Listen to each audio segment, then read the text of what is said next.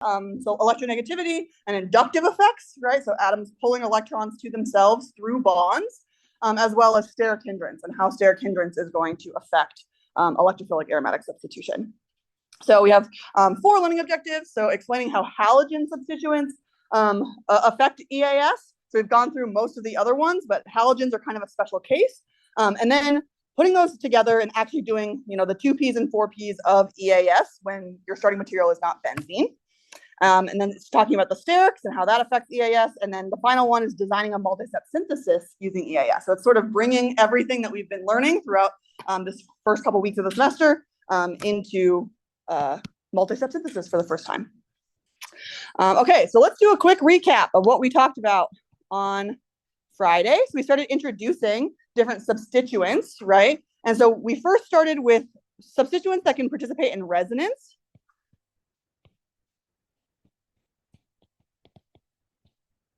And we said that if you have an electron donating group that can participate in resonance, that's going to be an ortho-para director and an activator, because it's pushing electron density into the ring, right? Whereas if we had an electron withdrawing group that can engage in resonance, that's going to be a meta director, and it's going to be a deactivator. And we rationalize this by drawing the resonance structures of our starting material, right? So we looked at, is this a better nucleophile? Is this a worse nucleophile? Starting at the starting material. But then at the end, we talked about non-resonance substituents. So for the non-resonance substituents, we can't draw resonance structures of the starting material because those groups don't engage in resonance. So instead, we have to draw resonance structures of the intermediate. So after the nucleophile has attacked the electrophile, we draw resonance structures of that intermediate.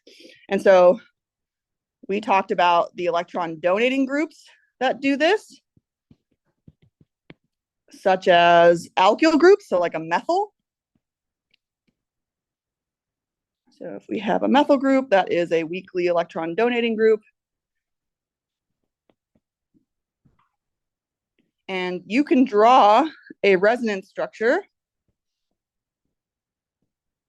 if our electrophile adds to the ortho position, where that carbocation is a tertiary carbocation. The same is true if we draw it where the electrophile adds in the para position. Remember, that was my challenge to you, is to draw that. So this is what we added in the para position. Again, we have a tertiary carbocation. And because tertiary carbocations are stable,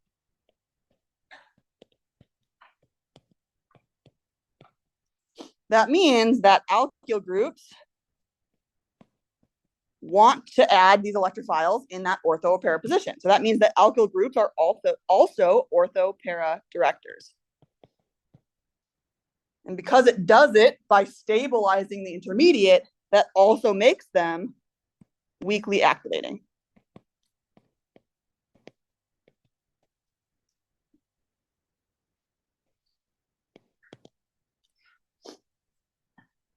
So the same logic can be applied to electron withdrawing groups. 13.11. For example, CF3. So I can draw the same resonance structures if I were to add my electrophile in the ortho or para positions. Okay, so these are the analogous resonance structures, but now instead of a methyl group, we have a CF3.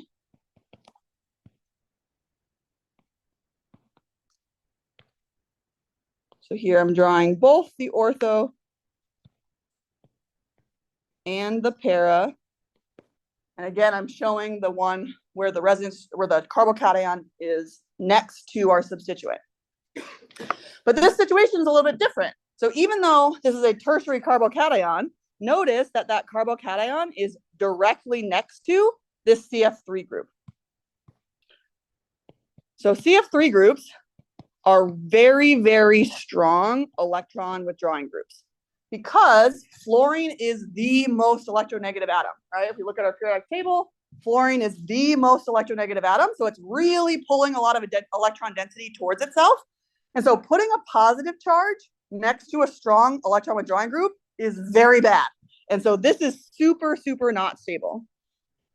So positive charge next to a CF3 is not stable. Therefore, a CF3 group is not going to want to add ortho and para. Therefore, CF3 is going to be a meta director. And because it's pulling electron density away from the ring, it's also going to be deactivating.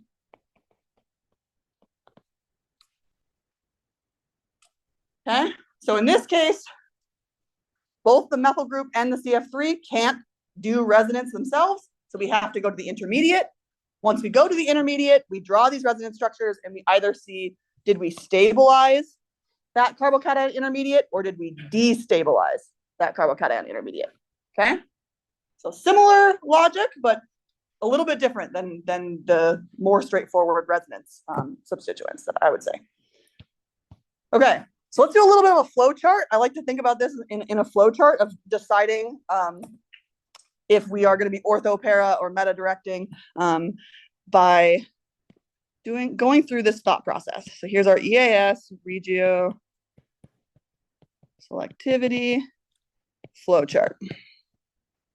So the first question you need to ask yourself is, can your R group, whatever your substituent is, engage in resonance? So again, that's going to be whatever this R group is that started on your ring. So if yes, then you ask yourself, does that R group donate a lone pair? Like, does it have a lone pair to donate electron density into the ring? If yes, that makes it an electron donating group. That is going to be an ortho para director. So for example, the classic example of that is like a methoxy group, right? Where this oxygen has 2 lone pairs, so it can donate into the ring. If no, then that is an electron withdrawing group, and that's going to be a meta director.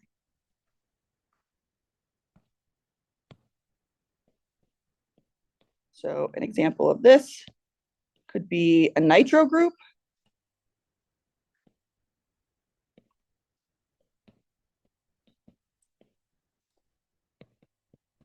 So while those oxygens have lone pairs, they're not directly attached to the ring. So it cannot donate in a lone pair, therefore it's an electron withdrawing group, and it would be a meta director.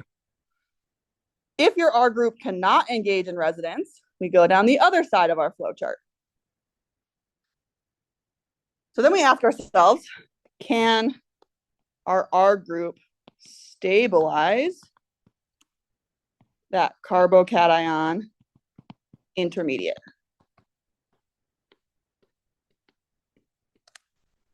If yes, that means it's an electron donating group.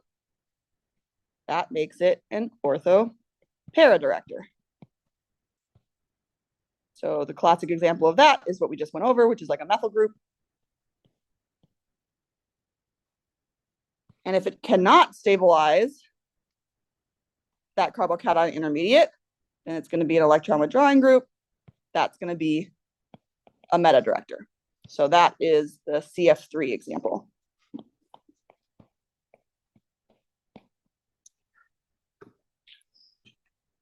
So this works for almost all substituents. Going down the flow chart, can R engage in resonance? Yes, no. If it can, does it donate a lone pair, or is it pulling electron density out? If no, can it stabilize the intermediate or not? So that's kind of how you think about it. Questions on that? That's sort of a recap of what we talked about on Friday.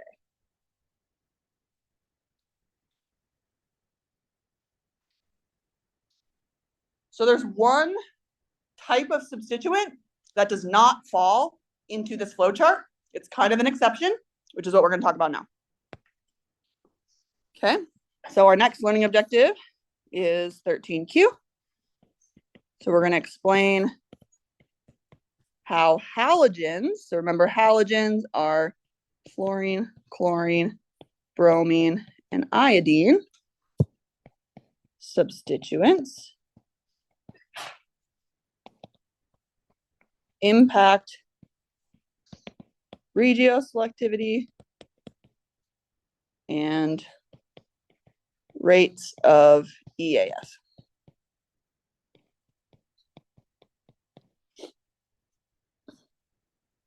Okay, so let's just draw out our aromatic ring again. Okay, we often use X as a shorthand for halogens, where X is equal to fluorine, chlorine, bromine, or iodine. So if it's a halogen, it should have 3 lone pairs on it. Okay, so because it has lone pairs on it, similar to electron donating groups that can donate in a lone pair, this can push electron density into the ring a little bit, which means that halogens are ortho-para directing. Okay, because of resonance. So this is very similar to electron donating group like. Okay, so it seems like it follows the trend, right? It has a lone pair directly attached to the ring, ortho-para directed. The problem is that halogens are also very electronegative.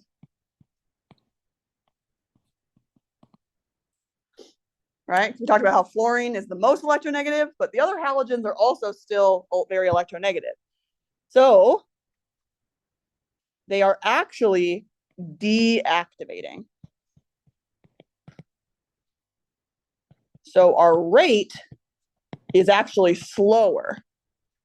So it's deactivating, which is electron withdrawing group like. So this is why halogens are a little bit of a special case. You have to be careful here. They are ortho-para directing because of resonance, but they are inductively through the bonds pulling electron density away from the ring. So they are actually weakly deactivating. And this is true for all halogens, but it's especially true for fluorine, because again, fluorine is the most electronegative.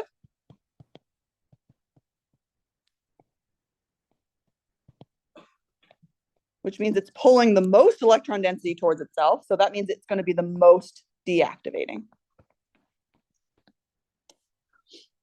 So if you were to compare fluorobenzene versus chlorobenzene, fluorobenzene would be slower because fluorine is pulling more electron density out of the ring. Okay, so this is a little bit of a weird case. It's sort of an exception. So you have to kind of know separately from the rest of the rules, because it's kind of follows a little bit of both. So that one's a little bit more challenging. Questions on that?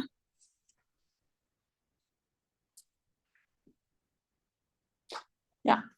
So oxygen is the second most electronegative.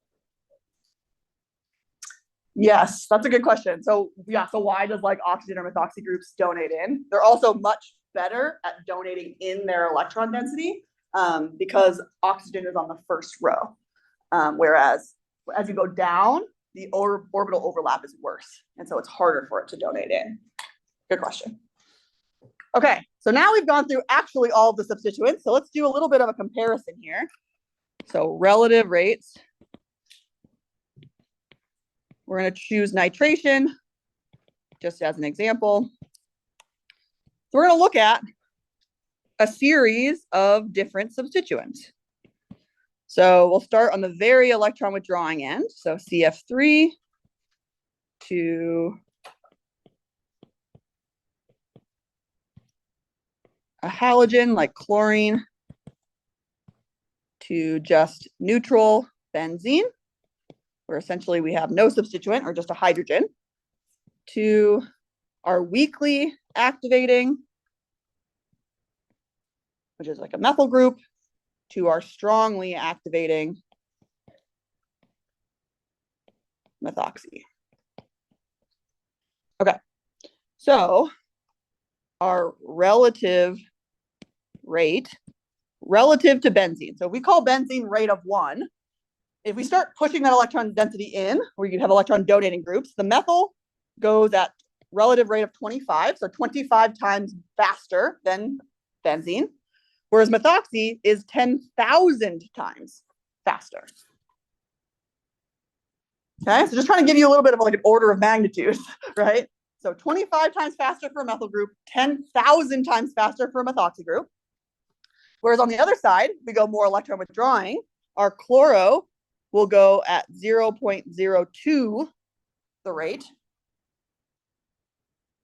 And the CF3 goes at 0.000025. So that's 40,000 times slower.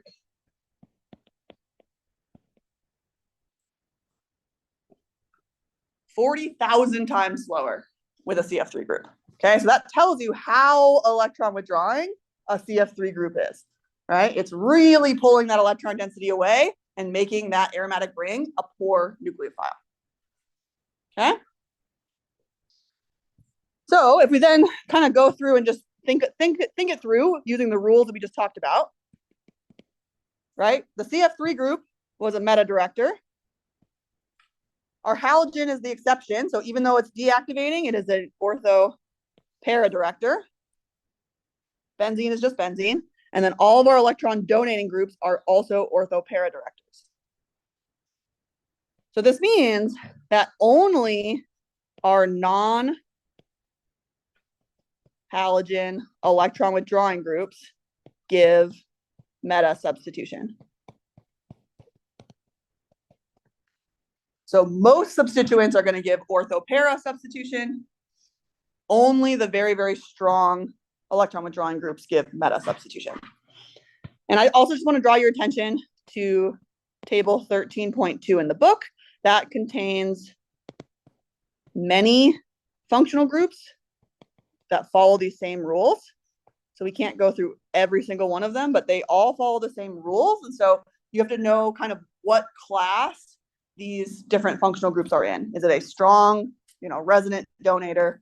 Is it a strong electron withdrawing group? Things like that. So I would draw your attention to that table. I think it's a really good one that talks through or shows you how these different functional groups are divided, but they all follow the same rules that we just talked about.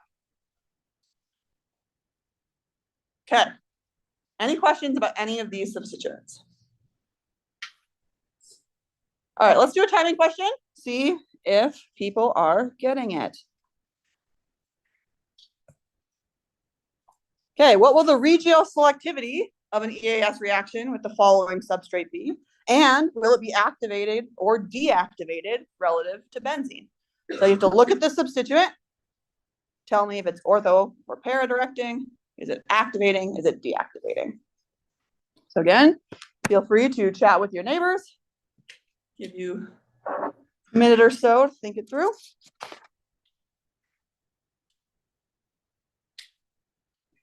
Always recommend drawing the full Lewis structure, right? You're looking for lone pairs, things like that.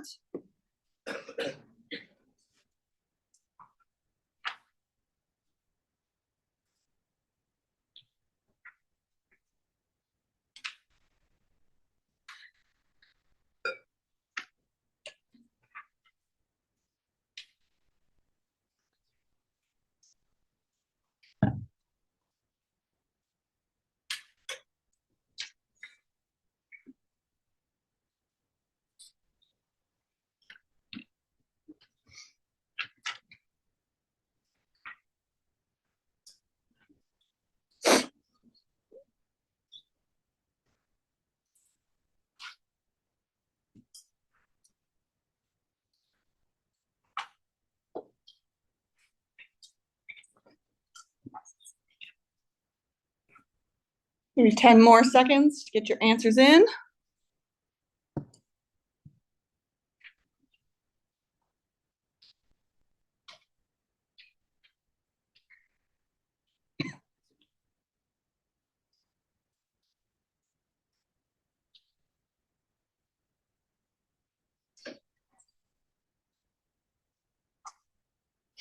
All right, let's see what we got. Nice. Okay, great. So most people are getting this. It is both an ortho-para director and an activator, right? Don't get confused just because there's a carbonyl in the molecule. That nitrogen, which has a lone pair, is directly attached to the ring. Because that nitrogen is directly attached to the ring, it can donate in that lone pair. It makes it an ortho-para director as well as an activator. But that's really good. Most people were getting it, so good job.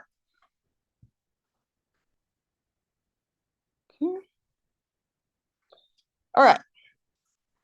So now we've gone through how all these different substituents affect things. Now we're going to start putting things together to wrap up EAS.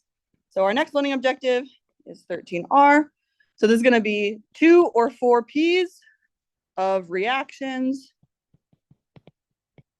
of substituted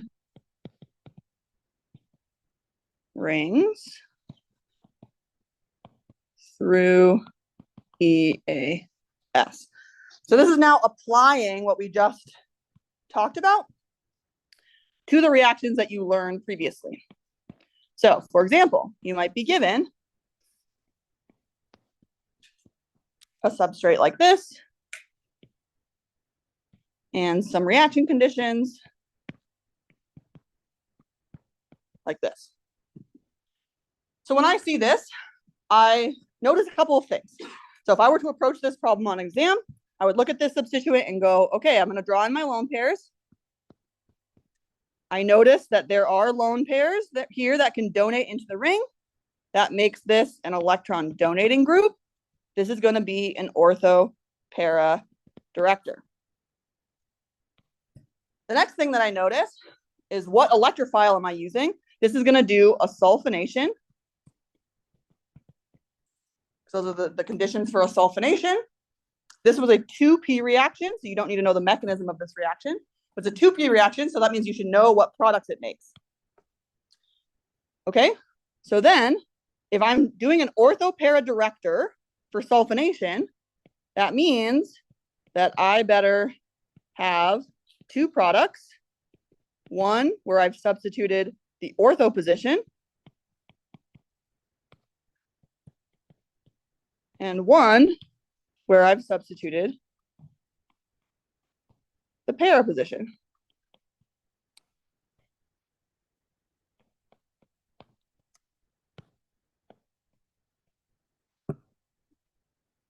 Okay, so it's the same reaction that you learned before. You're still doing a sulfonation, so you need to add that SO3H group. But now we have to take into account what the starting material is. It's an ortho-para director.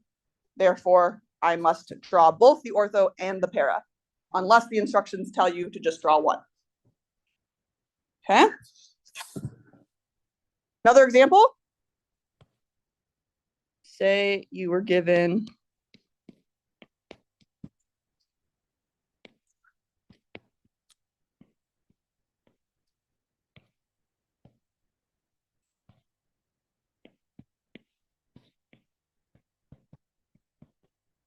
this. Okay, again, I would start by analyzing my starting materials. So here, again, I'm going to draw in my lone pairs.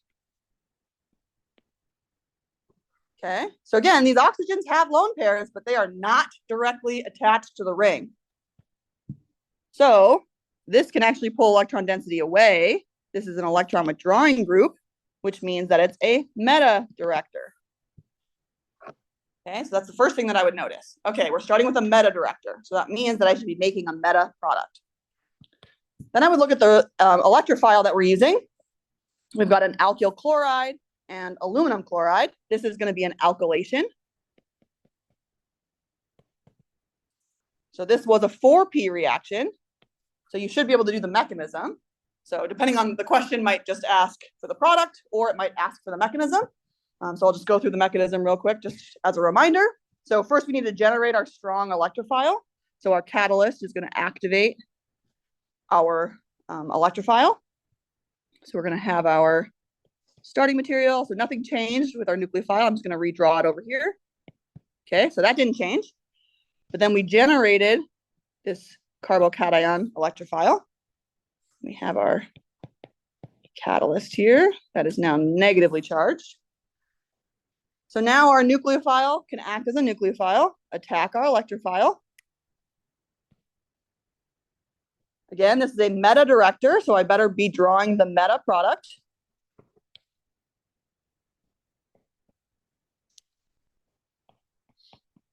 Draw the things that didn't change first. Okay, I'm going to add it to the meta position here,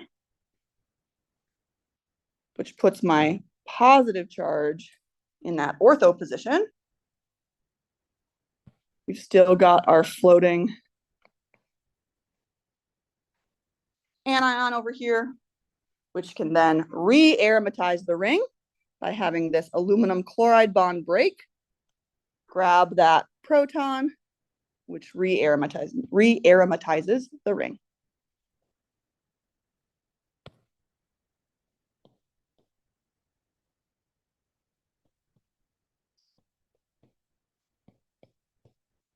So we ended up with our alkylation at the meta position. So you always want to double check, okay? When drawing a mechanism, make sure I didn't get lost along the way. I started with a meta director, I ended with the meta product. Excellent. So that kind of makes sense, right? So now we're just applying these different substituents to reactions that you already know. They are not different reactions, they are the same reactions, they're just with a slightly different starting material, meaning that you need to take into account whether it's an ortho-para director or whether it's a meta director. Okay? Yes? Like exams, if we draw like the sulfonation one, can we just write SO3H, or do you want us to actually draw the bonds? Yeah, so that's a good question. So can you draw SO3H or do you need to draw it fully out? That depends on the question. I would say if it's just saying like predict the product, then you can just draw SO3H, that's fine. But if they want you to, if we want you to draw like a resonance structure that involves the like SO double bonds or whatever, then you need to draw it out. So it depends on the question. Other questions? That's a good question. Okay, all right. So now let's talk about how sterics affect this. So this is our next learning objective, 13S. So demonstrate how sterics impact selectivity in EAS. So this is 13.15. All right, so the first thing I'm going to talk about is that ortho versus para debate, right? We always say you get mixtures, right? So I know that there's a desire to be like, but which one is favored? Which one is it? I want to know. And the answer is that it's complicated. So if we think about this, we have our electron donating group, so ortho para directors, with some generic electrophile, right? We can make the ortho product where that electrophile is attached in the ortho position, or we can have our para product where our electron donating group is in the para position. Okay, so our ortho, here's our para. So the first thing that we can notice, right, and I think somebody brought this up in class the other day, the ortho positions, right, is right next to that substituent. So those are kind of sterically clashing with each other. Whereas in the para, these groups are really far away from each other. So these are far apart. So there's no steric clash.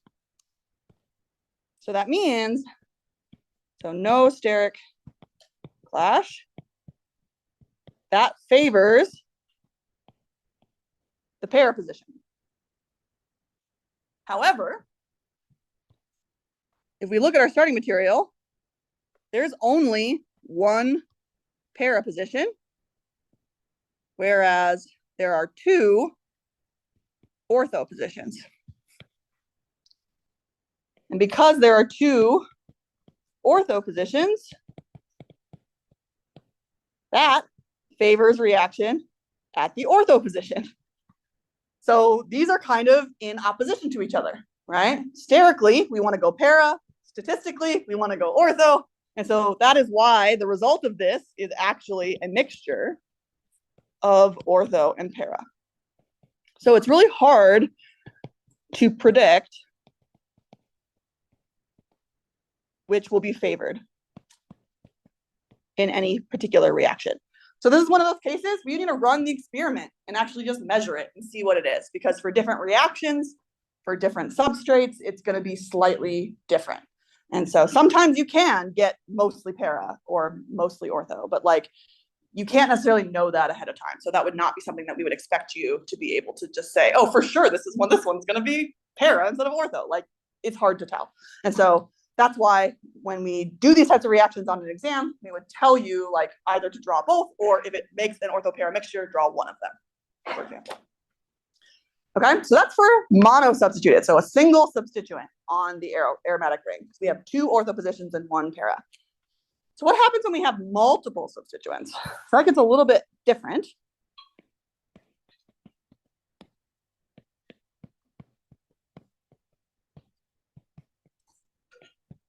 Okay, so when we have multiple substituents, there are kind of three different patterns, right, that we can think about. Those initial R1 and R2 could be para to each other already.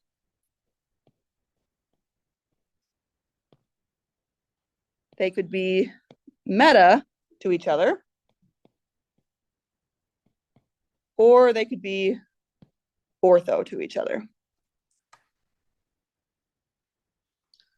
And so the question is, when we have this situation as our starting material, where will an electrophile add?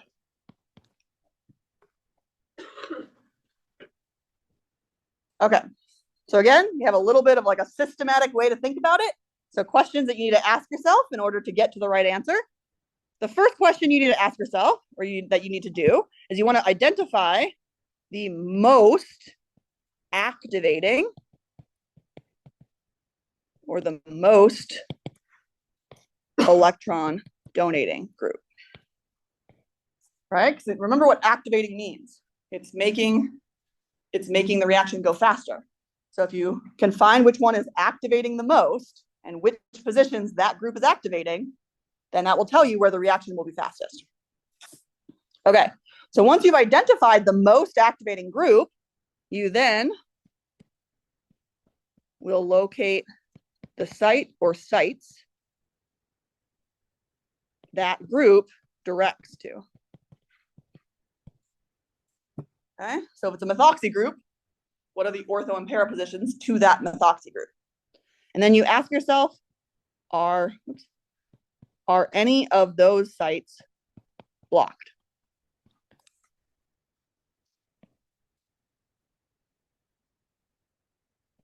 So if only one site is not blocked,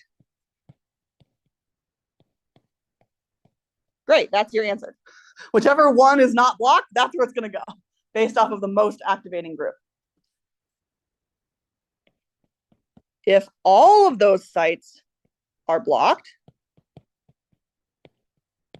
then you're going to turn to the next most activating. So the next most activating, and then you start the process again. So those are kind of the extremes. If there's only one answer, if there's only one possible answer, then it's going to go there. If there are no possible answers, then you have to go to the next activating group and try again. But if there are multiple not blocked, now you're going to go to the most sterically accessible.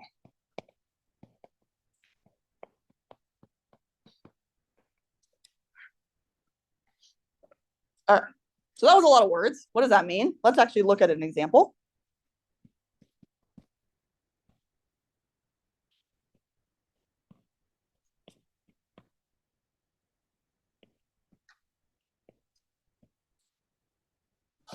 All right, so here we've got one methoxy and one methyl substituent. They are ortho to each other. We're going to do some EAS reaction. Doesn't matter which one.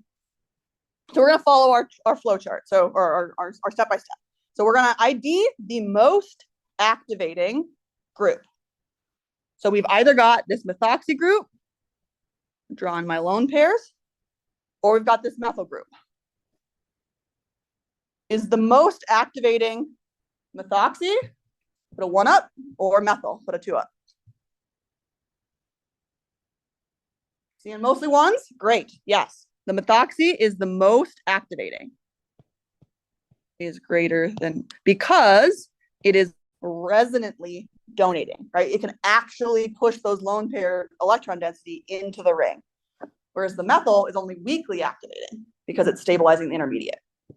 So the methoxy is greater than methyl, okay? That's step number 1. Step number 2, locate the sites that group directs to. So what groups or what sites does this group direct to? It directs ortho and para to itself. So that would be here, here, and here. Okay? Ortho and para to that methoxy group. Okay, now, are any of those sites blocked? Yes, this one. That one is blocked because the methyl group is there, right? We can't do the reaction where there's already a substituent there because there's no hydrogen to lose. Okay, so that one's blocked, so that one's out. Okay, if only one site is not blocked, that's not true. If all of them are blocked, that's also not true. Okay, so if multiple are not blocked, so now we're down here. If multiple are not blocked, the most sterically accessible.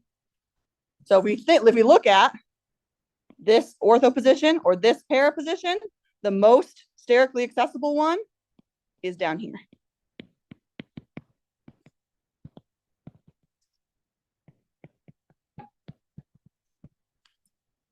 So that means that when we do the reaction, our electrophile is going to end up para to the methoxy group. Okay, so step by step by step. What's the most activating group? Where does that group direct to? Which ones are blocked? Which ones are open? If there are multiple options, which is the most sterically accessible? Questions on that process? Just gotta take it one step at a time. Let me show you another example that's a little bit less straightforward. So that sterics also matter in. So if you have a situation, say like this.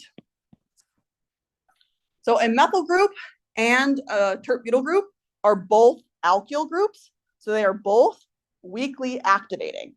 So that means that our methyl is about the same as our tert-butyl group. So in this case, we can't really use the activating argument. So because they're about the same, now we go with just a steric argument. Because this tert-butyl group is super big, very large, right? That's 3 methyls attached to a carbon. It's super, super big. And so that means that sterically very challenging to go ortho to that. And so that means that in this example, our electrophile is going to go ortho to the methyl, because this is going to be the most sterically accessible site. Okay, so that's just another example of how you can use steric arguments to talk about where the reaction is going to go. Okay. All right. Last living objective to bring it all together is designing multi-step syntheses using this information. So learning objective 13T. Design multi-step step synthesis using EAS with the correct regiochemistry. This is section 13.16. Okay, so there will be multi-step synthesis on every single exam. I guarantee it. It's always the last question on the exam. These are probably the most challenging questions because you have to start bringing together a lot of the knowledge that you have learned in different parts of the class. So we're going to try to practice it and teach you strategies to be able to design these multi-step syntheses to make it a little bit easier, a little bit less challenging. So in general, you are given a starting material and a product. So our starting material is going to be benzene, and then our product is going to have both a chloro group and a nitro group. And multi-step synthesis means that there are going to be multiple steps to go between the starting material and the product. So when I look at this, I would notice, okay, we started with an unsubstituted benzene ring. We're substituting hydrogens for various groups, probably electrophilic aromatic substitution, but there are two of them. So the question becomes, which do we add first?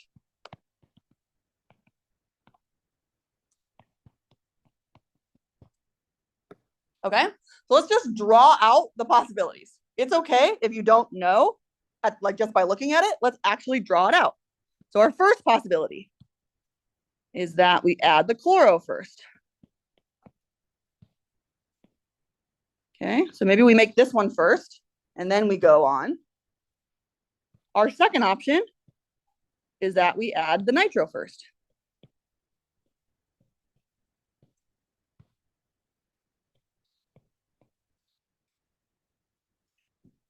Okay, so those are our two options. So now how do we decide? Now we think about what product will we make if we did the second step. So the first one is a halogen, right? Has these lone pairs. That is an ortho para director. Whereas our nitro group is a strong electron withdrawing group. This is a meta director. So which one should we do? One or two? One. Yeah, the product that we want is para, right? So we better use the ortho para director as the intermediate to get to the right product. Otherwise, we get to the meta product, which is not what we want. Yeah? So then, once I determine what pathway is right, now your answer on an exam would be to then write it in the forward direction. So we would start with our benzene. We're first going to do a chlorination to make that chloro intermediate. So chlorination needs an electrophilic source of chlorine and a catalyst. That gives us that chlorobenzene intermediate. Okay, this is our ortho para director. That's good. Then we're going to do our second step, which is our nitration.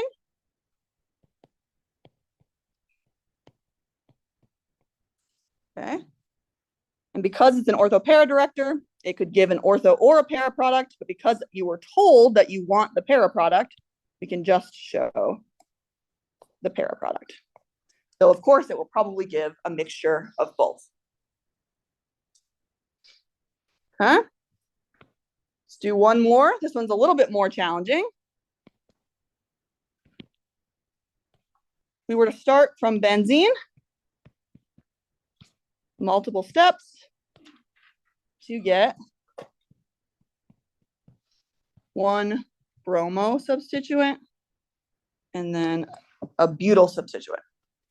So the first thing that I would notice here is that this is meta substituted, right? Meta substituted. So then again, I just start drawing out the possibilities. So possibility number one, we could add the bromine first. Okay, but bromines are halogens and therefore ortho para directors. So that's not going to work.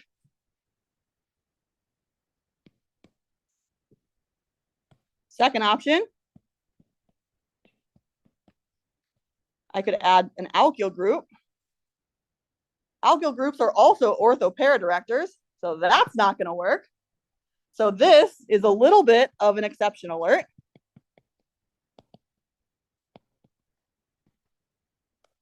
You have to remember, again, we can get to alkyl groups through acylation reduction in addition to alkylation directly. So our third option is to do an acylation first.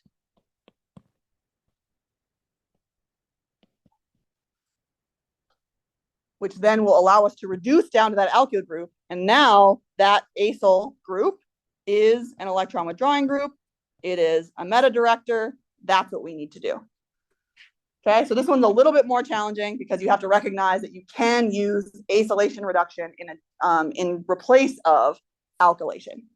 So let me draw it from the beginning. So our full answer to this would be benzene. First, we got to do an acylation. 2, 3, 4. Make sure we don't lose our carbons.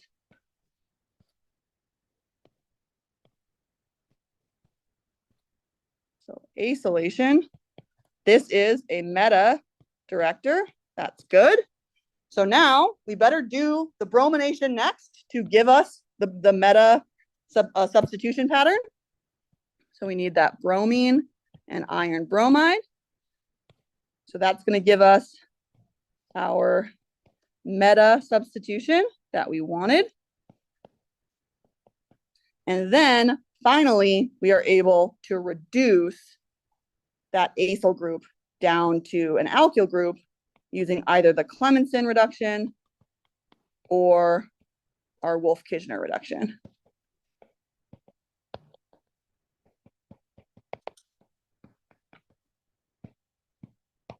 Which is going to give us our final product.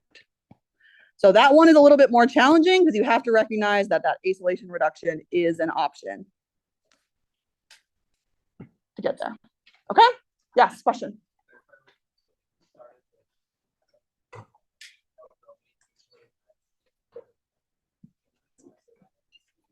So no, that is only when the bromine is already on the ring. When you're doing bromination, it depends on what substituents are already on the ring. That's a good question, though. All right, that finishes up electrophilic aromatic substitution. Good job. On Wednesday, we'll talk about nucleophilic aromatic substitution.